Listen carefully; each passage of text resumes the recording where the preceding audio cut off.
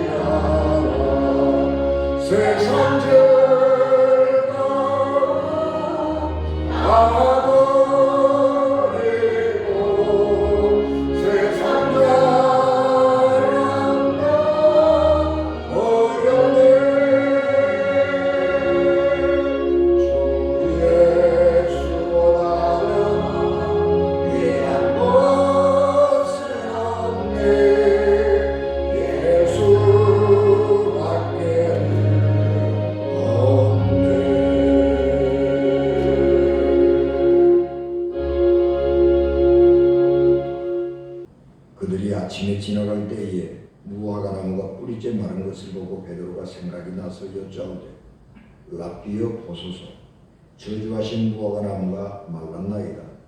예수께서 그들에게 대답하여 이르시되 하나님을 믿으라. 내가 진실로 너희에게 이르노니 누구든지 이 산도로 들리어 바다에 던져지라 하며 그 말하는 것이 이루어질 줄 믿고 마음에 의심하지 아니하면 그대로 되리라. 그러므로 내가 너희에게 말하노니 무엇이든지 기도하고 구하는 것은 받은 줄로 믿으라. 그리하면 너희에게 그대로 되리라. 서서 기도할 때에 아무에게나 혐의가 있거든 용서하라. 그리하여야 하늘에 계신 너희 아버지께서 또 너희 허물을 사하여 주시리라 하시니라. 아멘. 기도하겠습니다. 은혜가 충만하시며 아버지 하나님, 주의 은혜를 저희들에게 충만하게 하시고 말씀을 전하는 이 종에게 성령을 충만하게 하시옵소서. 이 땅에 오직 주의 말씀만, 그리고 오늘 예배하는 저희에게 필요한 생명의 양식으로 이 종에게 충만하게 이 강단에 풍성하게 하옵소서. 예수님 이름으로 기도하옵나이다. 아멘. 예수께서 포도원의 비유를 말씀해 주셨습니다. 이 포도원의 비유는 너무 중요한 말씀이어서 마태, 마가, 누가 이 세 개의 복음서에 동일하게 기록이 되어 있는 말씀입니다. 이 포도원 비유의 내용은 이렇습니다. 어떤 사람이 포도 농장을, 포도 과수원을 잘 만들었습니다. 그래서 필요한 모든 시설들을 다 구비를 해서 포도주까지 생산할 수 있는 아주 좋은 포도 농장을 만들었습니다. 그리고 그것을 직영하지 않고 어떤 소작농에게 세를 주었습니다.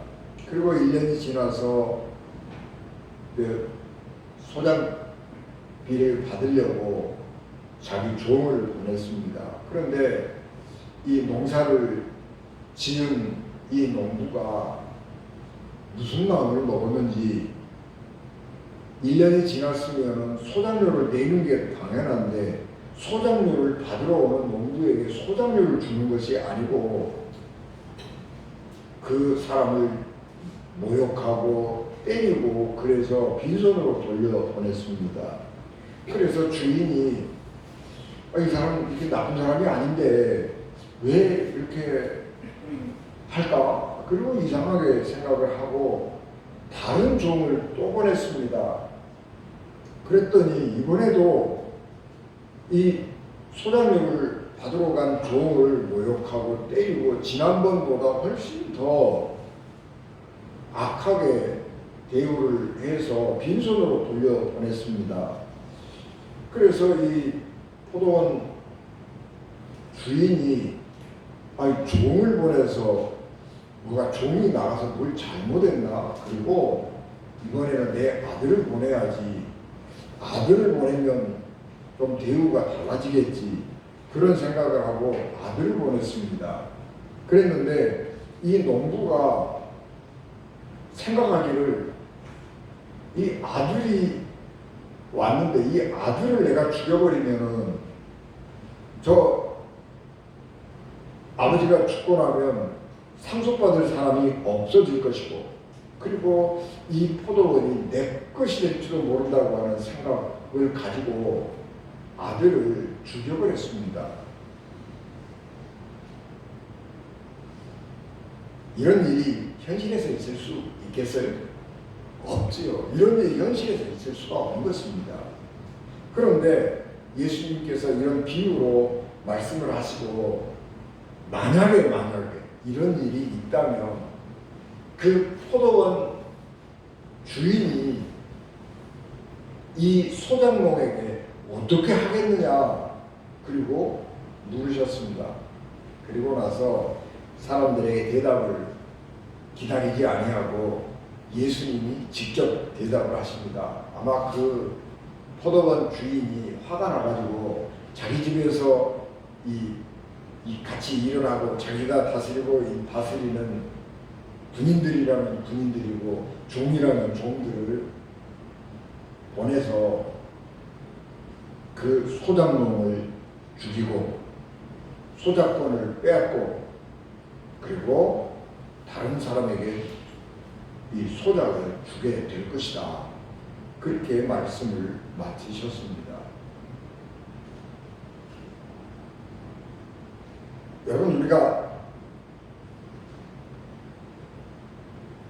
말세 그러잖아요. 지금 시대가 말세다 그러는데 왜 지금 시대를 말세라고 그런가 그러면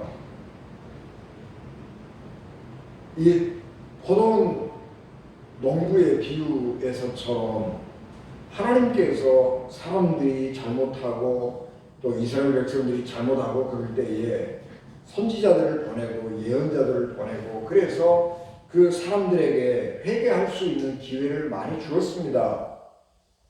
그런데 하나님께서 의도하신 그런 반응을 백성들이 보이지 않습니다. 그래서 그 포도원 주인이 했던 것처럼 자기 아들을 보냈습니다. 아들을 보내면 하나님의 아들이 이 세상에 왔으면 사람들이 이 하나님의 아들이기 때문에 좀 이렇게 잘 대접하고 아들을 대접하고 그 아들의 말을 좀 듣고 아들이 요구하는 것들 좀 들어주고 이렇게 했으면 좋겠는데 사람들이 야, 이 아들이니까 이 아들 죽여버리고 나면 우리가 맘대로 할 수 있으리라고 생각을 잘못한 것입니다. 그래서 하나님의 아들을 십자가에 못 박아 죽여버렸습니다. 그러면 이 포도원 농부의 비유에서처럼 주인 되신 하나님이 이 세상 사람들에게 이 세상을 향해서 할 수 있는 게 뭐예요? 심판밖에 없는 거예요. 이제 남은 것은 심판밖에 없어요. 그렇기 때문에 심판을 앞두고 있다고 하는 점에서 말세라고 그러는 거예요. 그러니까 우리가 종말론 그렇게 얘기를 할 때 종말이라고 하는 것은 언제냐? 그러면 예수님이 이 땅에 오신 순간 그게 종말이에요. 이제는 사람들에게 다른 길이 없어요. 이제는 우리 세상에게 다른 방법이 없는 것입니다. 아들의 말을 듣고 아들이 하는 말을 믿는 것밖에는 방법이 없어요. 이제는 그 아들의 말조차 믿지 않으면 이 세상에 남아있는 것은 심판밖에 없는 거예요. 그래서 종말이고 그래서 말세라고 우리가 말하는 것입니다.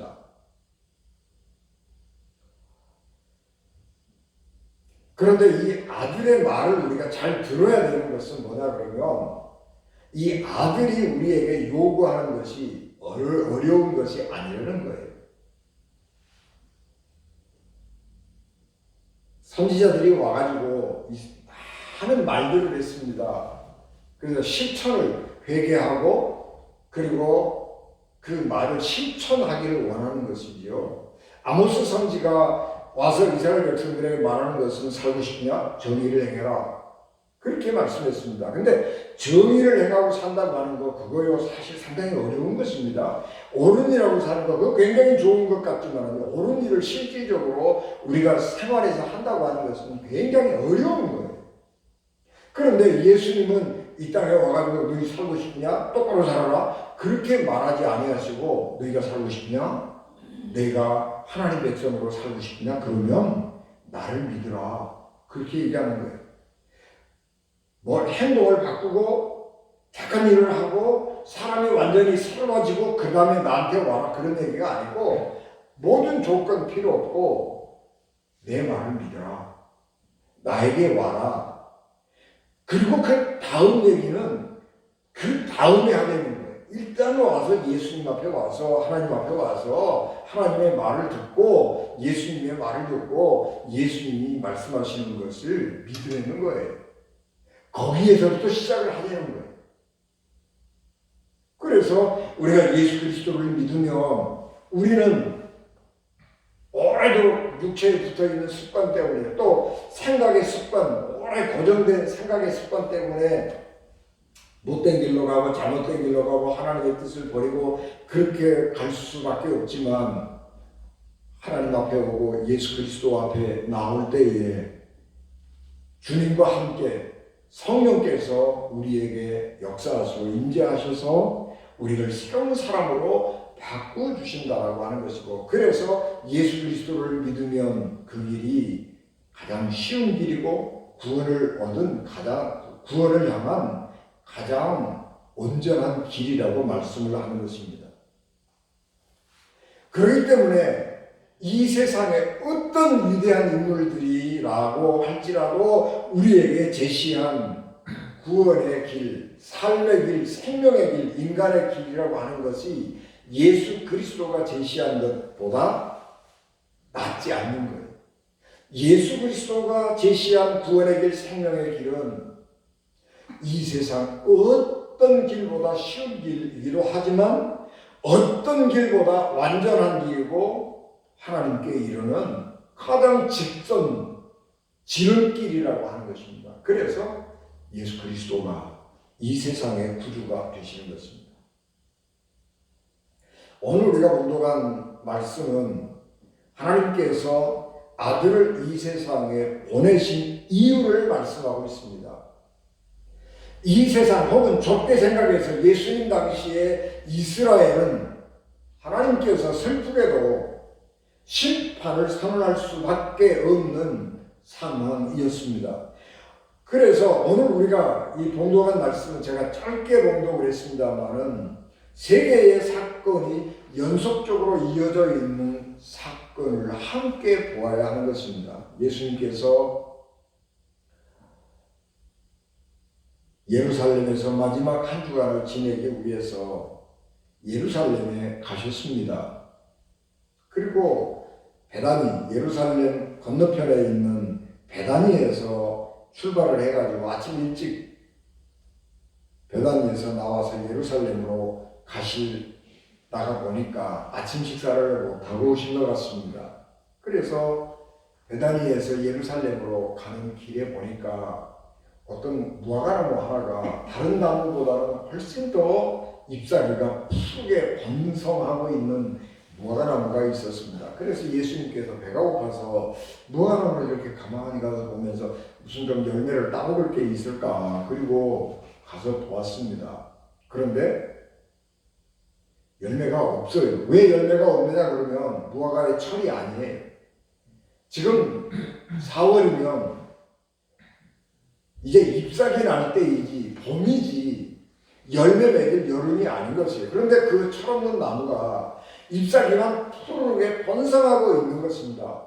그런데 예수님께서 그걸 뻔히 아시면서도 너 열매를, 잎사귀가 이렇게 푸르는데 왜 열매가 없냐? 그러면서 앞으로 네게서 누구도 네 열매를 먹을 수 없을 것이다, 그렇게 말씀을 하십니다. 이것을 저주라고 성경은 표현을 하고 있고 우리가 그렇게 알고 있습니다만 이거는 심판이에요. 저주가 아니고 심판이라고. 예수님께서 화가 나신 거 아니라고요. 그 무화과 나무를 보면서 무화과가 열매를 맺을 때가 아닌 걸 알아요. 그런데 예수님이 그 나무 보고 너 왜 무화과 열매를 못 맺었냐, 그러고 막 화를 내고 분노하고 그래갖고 저주하고 그런 건 아니란 말이에요. 열매가 이만큼 푸르렀어요. 나무 잎사귀가 이만큼 푸르렀으면 열매가 있어야지. 그 열매 없는 나무를 보면서 예수님의 마음이 너무 슬픈 거예요. 너무 아픈 거예요. 그래서 그렇게 말씀을 하시지만 예수님의 마음이 아픈 거예요. 그리고 예루살렘 성전으로 들어가십니다. 예루살렘 성전에 들어가니까 예루살렘 성전은 너무너무 화려하고 아름답게 지어져 있는 성전이에요. 솔로몬이 지은 성전 너무너무 화려하게 지었죠. 금으로 지었지요. 아름다운 돌 그리고 백향목 향나무로 지었습니다. 오래돼서 그 성전이 쇠락하니까 헤롯 왕이 유대인들의 환심을 사기 위해서 다시 리모델링을 한 겁니다. 그래서 참 아름다운 예배당이에요. 아름다운 성전입니다. 그랬는데 성전 안으로 예수님이 들어가셨는데 성전 안쪽에는 들어가 보니까 난장판이에요. 하나님을 예배하고 섬기는 그 성전 안에서 온갖 종류의 장사판, 시장이 벌어진 거예요. 제사 지내기 위해서 필요한 짐승을 팔기도 하고 제사 지내는데 필요한 비둘기를 팔기도 하고 또 성전에서 통용할 수밖에 없는 그런 돈을 환전해 주기도 하고, 그래서 난장판이 되어버렸어요. 시장 바닥이 되어서 그곳은 예배하는커녕 기도할 수도 없는 장소로 바뀌어버린 것입니다. 예수님이 가신 이 성전은 삼중으로 되어 있잖아요. 맨 울타리 안쪽에 이방인의 뜰이 있고, 이방인의 뜰을 지나면 여인의 뜰이 있고, 여인의 뜰을 지나면 비로소 성전으로 들어가서 유대인 남자들이 제사 지내는 장소가 나오게 되는데, 이 이방인의 뜰은 세계의 모든 비유대인들이 그곳에 와서 기도하고 하나님을 경배하는 것입니다. 세계에 유일하게 비유대인들이 와가지고 하나님을 경배할 수 있는 장소가 거기밖에 없는 거예요. 그런데 그곳을 시장바닥으로 만들어버렸어요. 이유는 하나, 제사 지내러 예배하러 오는 사람들의 편의를 제공한다고 하는 명목인 것입니다. 그래서 제사장이 승인해준 재물, 그걸 판매하는 것이고, 또 환전을 왜 필요하냐 그러면 유대인들은 그때 당시에 로마의 식민지니까 로마의 돈을 썼거든요. 근데 로마의 돈은 황제의 상이 새겨져 있습니다. 그리고 또 다른 경우는 이방 신상들이 거기에 새겨져 있는 거예요. 그러니까 유대인들이 제일 싫어하는 거잖아요. 우상을 만들지 말아라. 그걸 제일 싫어하는데 그 돈에가 그런 우상들이 새겨져 있으니까 성전 안에서는 그걸 쓰지 못하게 하고, 성전 안에서 통용되는 화폐는 그런 아무 신상이 없는 이스라엘의 셰켈을 쓰게 했던 것입니다. 그런데 이제 쓰려고 그러면 사람들이 유대인 이스라엘 돈은 소수로만 통용이 되기 때문에 사람들은 다 로마 돈을 가지고 있잖아요. 그러면은 이제 성전에 와서 헌금하고 다 그러려고 그러면은 이스라엘 셰켈로 바꿔야 되는데, 그래서 환전상들이 필요한 것입니다. 그래서 환전을 해주고 그렇게 하고 있었는데, 이게 겉보기에는 좋은 거잖아요. 예배하는 사람들의 편의를 제공하기 위해서 거기 그 현장에서 제사 진행인 가장 가까운 곳에서 동물을, 제물을, 제사장이 인정해준 제물을 팔고, 또 성전에 들어가면서 헌금하기 위해서 가까운 곳에서 환전해주고 굉장히 좋은 거예요. 편의를 위해서 한 것인데 그 속에 어마어마하게 비리가 들어가 있는 것입니다. 엄청나게 폭리를 취하는 거예요. 비싸게 받고 환전 수수료를 비싸게 받는 것입니다. 그래서 제사장들이, 그리고 그것도 힘 있는 제사장들이 이익을 취하는 것이고, 거기 상인들이 성전 안에서 안정적인 수입을 올리고 소득을 올리고 그리고 편안하게 살아가는 것이에요. 그리고 더더욱이나 어려운 것은 감람산에서 예루살렘으로 들어올 때에 그게 지름길이에요. 그래서 성전으로 들어와서 이방인의 뜰을 거쳐서 물건을 옮기는 거예요. 완전히 거기가 물건이 오고 가는 통로, 도로로 되어버린 것입니다. 그렇기 때문에 혹시 이방인들이, 비유대인들이 유대교로 개종을 해서 하나님의 성전에 와서 예배를 드리려고 그래도 소란스러워서 도무지 예배를 드릴 수가 없는 상황이 되어버린 것입니다. 겉보기에는 엄청나게 아름다운 성전이고, 그리고 그 성전의 목적은 하나님께 제사 드리고 세계의 모든 사람들이 와서 하나님께 예배하고 기도하는 곳인데, 자기의 유익을 위해서, 유대인들의 편의를 위해서, 또 그리고 그 기득권자들, 돈벌이하는 사람들의 이익을 위해서 그 사람들이 기도할 수 있는 장소를, 하나님을 예배할 수 있는 장소를 완전히 짓밟아버리는 거예요. 하나님의 성전의 용도를 폐기시켜버린 것이고, 하나님 앞에 예배하러 오는 이방인들, 멀리서 평생에 한번 올까 말까 한 그 순례를 하고 와서 예배를 드리려고 그러는데, 예배 드리고 가기는커녕 실망하고 낙심하고 가버린다. 그러니까 예수님이 잎사귀가 푸르른 무화과나무를 보면서 열매를 맺을 때가 아닌 줄 알면서도 슬픈 마음으로 그 무화과나무에게 심판을 선언할 수밖에 없었던 것처럼 예수님도 그 성전 안에 들어가 보니까 겉보기에는 그럴듯하고 제사가 이루어지고 예배가 이루어지는 그곳이지만 그 식상 속에는 겉보기와 전혀 다른 모습들이 있기 때문에 우리 주님은 슬픈 마음으로 이스라엘의 멸망을 선언하지 않을 수 없었던 것입니다. 그리고 그 다음날 아침에 다시 그 나무 옆을 지나게 될 때에 베드로가 우연히 봤더니 그 나무가 뿌리채부터 말라 죽어버린 것을 보았습니다. 여러분, 나무가 하루 사이에 그렇게 죽겠어요? 아니에요.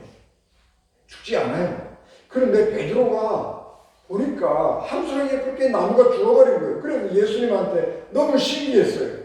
아니 선생님이 어제 네 앞으로는 너에게서 절대로 사람들이 열매를 못 따먹을 것이다. 그렇게 심판을 선언하신 이 무화과나무가 하루 만에 다 말라 죽어버렸습니다. 그렇게 예수님께 말씀을 했더니 예수님께서 베드로에게 야, 그거는 말이야. 그렇게 얘기하시지 않고 하나님을 믿어라. 그렇게 얘기하시는 것입니다. 그러니까 무슨 얘기냐 그러면 왜 오늘 이 사회가, 왜 유대인 사회가 이스라엘이 망할 수밖에 없느냐 라고 하는 것은 믿음이 없는 세대이기 때문이라는 것입니다. 믿음이 없기 때문에, 하나님을 믿는 믿음이 없기 때문에 그렇게 될 수밖에 없는 거예요. 무화과나무, 말라 죽어버린 무화과나무는 우리 주님께서 제자들에게 보여주신 시청각 교육이에요. 너희가 이 나무가 예수님의 말씀하신 지 하루 만에 기적같이 말라 죽어버린 것처럼 믿음이 없다면 한 시간도 살 수 없는 것이 인간의 삶이라고 하는 것입니다.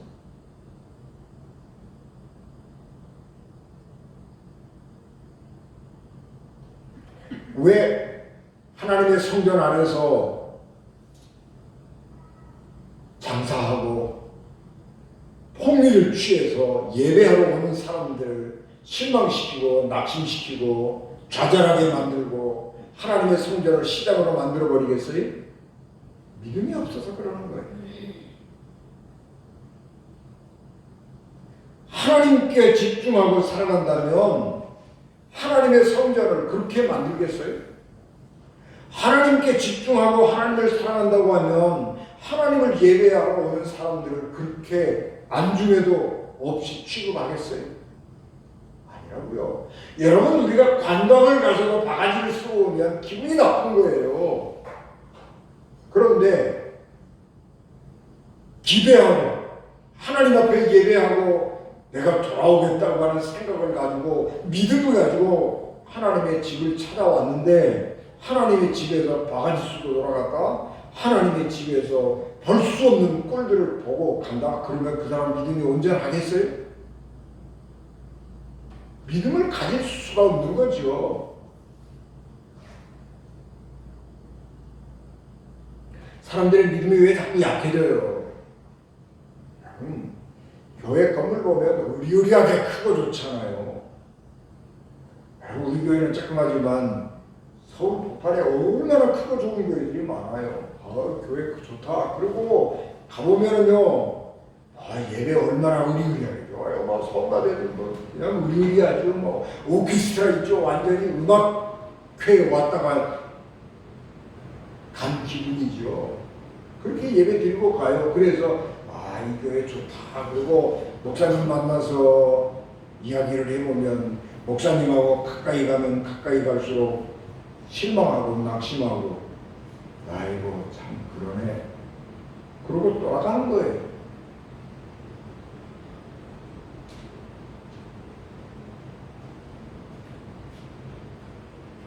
오래전에 전방사 사장님을 만났어요. 전방사 사장님은 유명한 목사님 아들이잖아요. 아유, 요새 사장님 교회 어디 가세요? 아유, 교회 안 가. 왜? 아니, 요새 예수 믿는 것들 하는 꼴을 보니 교회 가기가 싫어져서 집에서 혼자 예배드립니다. 그렇다니까. 조금이라도 생각이 있는 사람 같으면, 정신이 똑바로 박혀있는 사람 같으면 교회 안에 깊숙이 들어가서 만나볼수록 정이 뚝 떨어져갖고요, 예수 믿고 싶은 생각이 없는 거예요. 그러니 하나님이 마음이 기쁘시겠어요? 그래서 예수님은 제자들에게, 사람들에게 무화과나무를 통해서 시청각 교육을 하시면서 하나님을 믿어라. 하나님을 믿지 않으면 이렇게 잎사귀만 무성하고 열매 없는 나무가 하루에 말라 죽은 것처럼 믿음이 없으면 겉보기에는 화려하고 부족한 것 없이 살아가는 삶 같지만 죽을 수밖에 없는 거야. 열매가 없으면 그렇게 하나님 앞에 버림을 받는 거야. 말씀을 하시는 것입니다.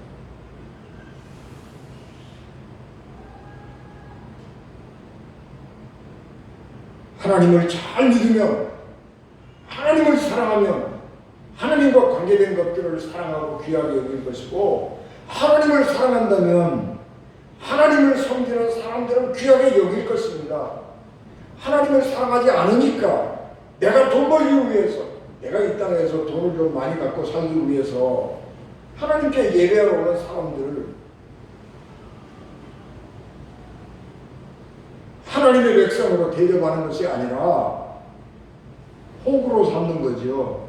그래서 마음대로 폭리취하고 마음대로 자기 마음대로 휘젓고, 당신이 예배를 드리거나 말거나 무슨 상관이야? 나만 돈 벌면 되지.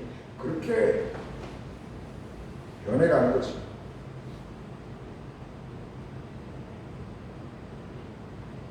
믿음이 없기 때문에 기도하지 않습니다. 예수님께서 제자들에게 하나님을 믿어라.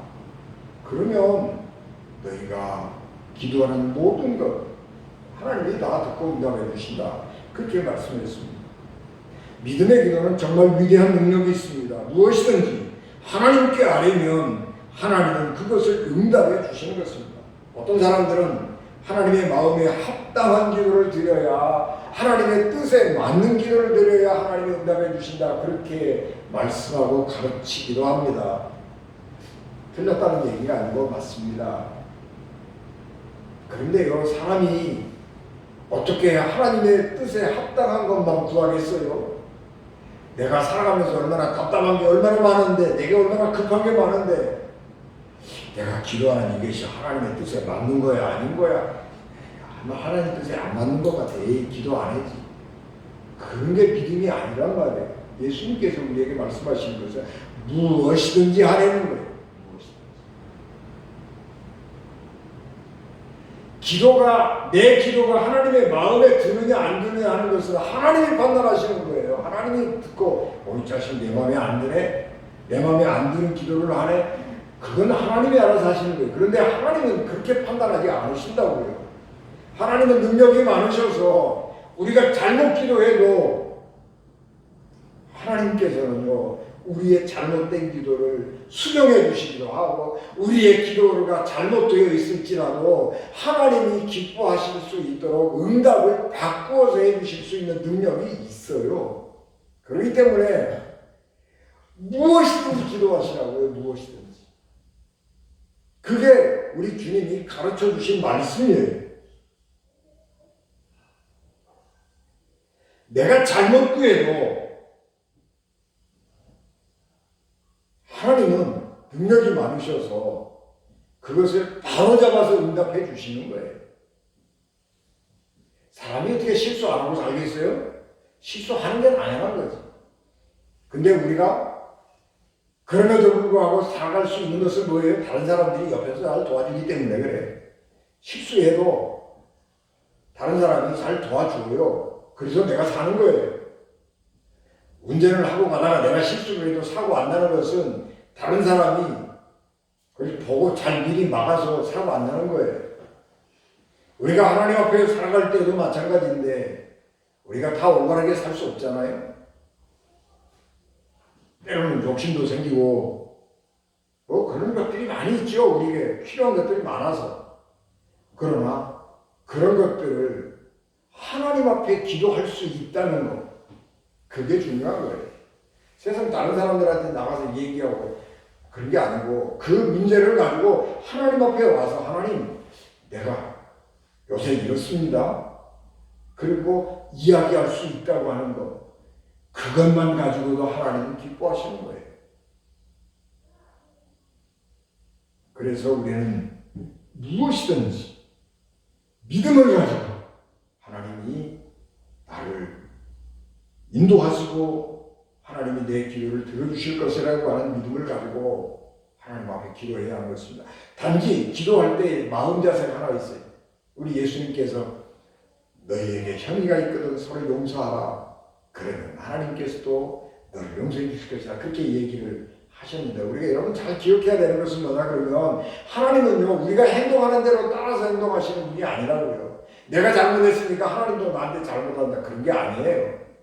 내가 세상 사람들한테 잘못했으니까 하나님도 나한테 그냥 막대한다 그런 얘기가 아니에요. 여러분 오해하시면 안 돼요. 원수를 용서하라. 그러니까 내 이유 뭐 원수를 사랑하라 뭐 그런 얘기를 하니까 내가 원수를 사랑하면 하나님이 나를 사랑하지 않을 거 아닌가? 내가 원수를 용서하지 않으면 하나님이 나를 용서하지 않을 게 아닌가? 그러니까 나는 용서를 해야 되고 그러고 그것이 의무가 되고 무거운 짐이 되면 안 된다는 거예요. 용서는 심리학적으로 그거는 의무가 아니에요. 내 선택이에요. 용서할 수도 있고 안 할 수도 있어요. 그럼 안 한다고, 내가 용서 안 한다고 그래서 무슨 누가 나한테 날벼락을 때리겠어요? 내가 누구한테 용서해 줄 일이 있어요? 내가 누구를 용서 안 했어요? 하나님이 나 날벼락 때리시겠어요? 내가 용서 안 했다고? 아니라고요. 용서는 내가 선택하는 거예요. 내가 용서 안 해준다고 그래갖고 그 사람이 무슨 날벼락 맞아 죽겠어요? 아니에요. 용서는 내가 선택하는 거예요. 뭐 때문에? 나 때문에. 나 때문에 하는 거예요. 내가 용서 안 했어요. 어떤 사람하고 불편한 관계가 있어요. 내 마음이 그 사람 생각만 하면 불편해요. 기도하려고 앉아있는데 그 사람 생각이 나. 그러면 속이 부글부글해갖고 화가 난단 말이에요. 그러면 기도가 되겠어요? 안 되지. 하나님 앞에 와서 기도할 때에 적어도 우리는 어떤 마음 가지고 있어야 되냐 그러면 평안한 마음 가지고 있어야 돼. 누구하고도 거칠 것이 없는 마음 가지고 있어야 돼. 평안한 마음, 그거 가지고 기도하면 돼요. 믿음으로. 내 마음이 평안하지 않으면 기도하려고 앉아있으면 그 불편한 마음이 내 속을 뒤집어 놓거든요. 여러분 기도하려고 가만히 앉아있으면요 그런 것들이 속을 더 많이 뒤집어요. 내가 무슨 막 일에 몰두하고 뭐 막 해야 될 일 때문에 하면요 그거 잊어버리거든요. 그래서 그거 하는데 기도하려고 가만히 앉아있으면요 그 생각이 나서 나를 확 뒤집어 놓는 거예요. 그러면 기도가 뭐고 아무것도 안 되는 거예요. 그러니까 우리가 하나님 앞에 나올 때는 그런 것들을 이렇게 잘 정리를 좀 할 필요가 있고 우리가 늘 하나님 앞에 기도하는 사람들이기 때문에 평소에 우리가 그런 마음들, 그런 감정들, 그런 것들을 잘 이렇게 좀 다스려 가야 돼요. 그래서 마음 공부라고 그러는 거예요, 그게. 불교에서 마음 공부라고 그러는 것인데, 그 우리가 일반적으로 그냥 써요. 마음 공부. 명상. 그런 말을 그냥 써요. 마음 가라앉히는 거예요. 마음을 차분하게 가라앉히고, 내 속에 정말 내가 무엇을 원하고 있는지, 그걸 하나님 앞에 아는 거예요. 하나님, 내가 정말 이거 원하거든요. 내가 정말 무엇을 하나님께 원하는 것인가 그런 것들을 이렇게 하나님께 아뢰는 거예요. 그래서 기도는 준비해야 될 게 평안한 마음이에요. 그 평안한 마음을 하나님 앞에 와서 앉아서 기도하려고 할 때 하려고 그러면 이미 잘 안 돼요. 늦어요. 그러니까 우리 생활 속에서 그런 것들은 좀 이렇게 미리미리 좀 안 하면 되는 거예요. 다른 사람하고 불편한 관계를 생길 수밖에 없는데, 내가 그러면 불편하지. 그래서 미리 평안하게 이렇게 일 처리를 평안하게 하는 거예요. 내가 맛보기로 나쁘게 한다고 그래서 그 사람이 나를 어떻게 하겠어요? 근데 그렇게 하고 나면 내가 마음이 불편하단 말이에요. 그러면 하나님 앞에 기도할 때 그게 걸려요. 그러니까 그래, 선하게 문제를 잘 해결하지. 하나님 말씀대로 따라 살지. 우리가 그렇게 마음을 잘 정돈하면 기도하러 나올 때에 우리 마음이 평안해져요. 또 그거 잘 안 되면 기도하면서 하나님 앞에 그런 거 구하는 것이고, 하나님 내 마음이 몹시 불편합니다. 평화를 주십시오. 그렇게 기도하고 그렇게 해가면서 하나님 앞에 평안한 기도를 평안한 마음으로 기도를 하는 것입니다. 여러분, 우리가 기도는요, 많이 하는 거 좋지요. 많이 하는 게 좋아요. 근데 그보다 더 좋은 거는 기도를 자주 하는 게 좋아요. 자주 하시라고. 꼭 무릎 꿇고 앉아서 눈 감고 손 모으고 그런 게 아니고 마음으로 늘 자주 하시라고. 예수님께서는 우리에게 쉬운 구원의 길을 제공해 주신 분입니다. 그래서 예수 그리스도를 믿고 그러면 되는 거예요. 그래서 예수님께서 제자들에게 하나님을 믿어라, 그리고 기도해라, 그 두 가지를 요청하시는 거예요. 예수님께서 성전에서 장사하는 사람들을 꾸짖고 장사하는 사람들의 매대를 뒤집어 엎어버리는 것은 성전을 부셔버리려고 하는 거 아니에요. 성전을 아예 일 못된 사람들이 살고 있는 이 마귀의 집이니까 그냥 헐어버리고 새로 짓자, 그런 얘기가 아니고, 예수님이 원하는 것은 그 집을, 하나님의 집을 원래의 목적대로 돌려놓자는 의도인 것입니다. 그래서 성전은 온전히 세계의 모든 사람들이 와서 하나님께 기도하고 하나님 찬양하는 곳으로 만들기를 원하시는 것입니다. 이제 우리도 그런 믿음의 집을 다시 지어 가야 합니다. 우리가 지난 여러 해 동안 모이지를 못하면서 그것이 생활 습관이 되어버렸어요. 사람들 만나는 것을 기피하는 것이 생활 습관처럼 되어버렸습니다. 그래서 결과적으로 믿음도 약해지고 또 돈에 이렇게 집중하고 살다가 보니까 돈 버느라고 하나님 생각할 겨를이 없어져 버렸어요. 그래서 돈 버느라고 피곤하고 몸도 마음도 피곤하고, 그러니까 기도하려고 하면 몸이 마음이 피곤해서 기도를 못하게 돼요. 그래서 믿음이 떨어지는 거예요.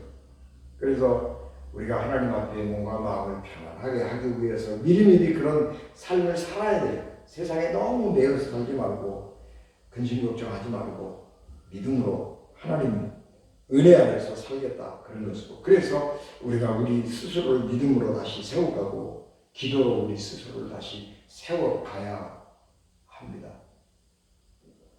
그래서 우리가 이제 사순절 지나고 다음 주가 정렬주일인가요? 그리고 이제 4월 9일 부활주일인데, 우리가 정말 주님이 원하시는 것이 무엇인지 그런 것들을 이렇게 잘 살펴가면서 주님과 동행하는 능력 있는 믿음을 가진 우리 언젠가는 되시기를 주 예수 그리스도의 이름으로 축복합니다. 기도하겠습니다. 은혜가 충만하신 아버지 하나님, 주의 넘치는 은혜와 사랑으로 저희들을 충만하게 하시고, 우리 주님께서 하나님을 믿으라, 그리고 기도하라 하신 이 두 가지의 말씀 우리가 늘 간직하고 살아가게 도와주시옵시고,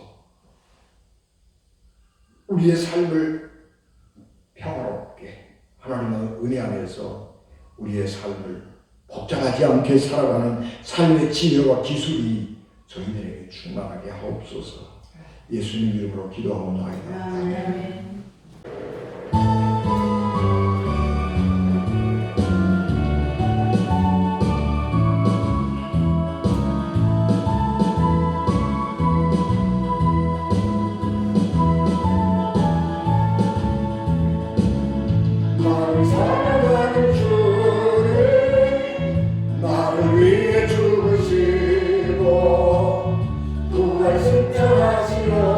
인도하시어서 나의 주가 되셨네. 나를 사랑하는 주님, 나를 위해 죽으시고 나를 공경하시어서 나의 주가 되셨네. 주시여 천국에서 주님과 살리라 영원토록. 주시여 천국에서 주님과 살리라 영원토록. 사랑하는 주님, 나의 목자 되시어서 나를 항상 인도하니 주만 따라가리라. 나를 사랑하는 주님, 나의 목자 되시어서 나를 항상 인도하니 주만 따라가리라. 주시여 천국에서 주님과 살리라 영원토록. 주시여 천국에서 주님과 살리라 영원토록.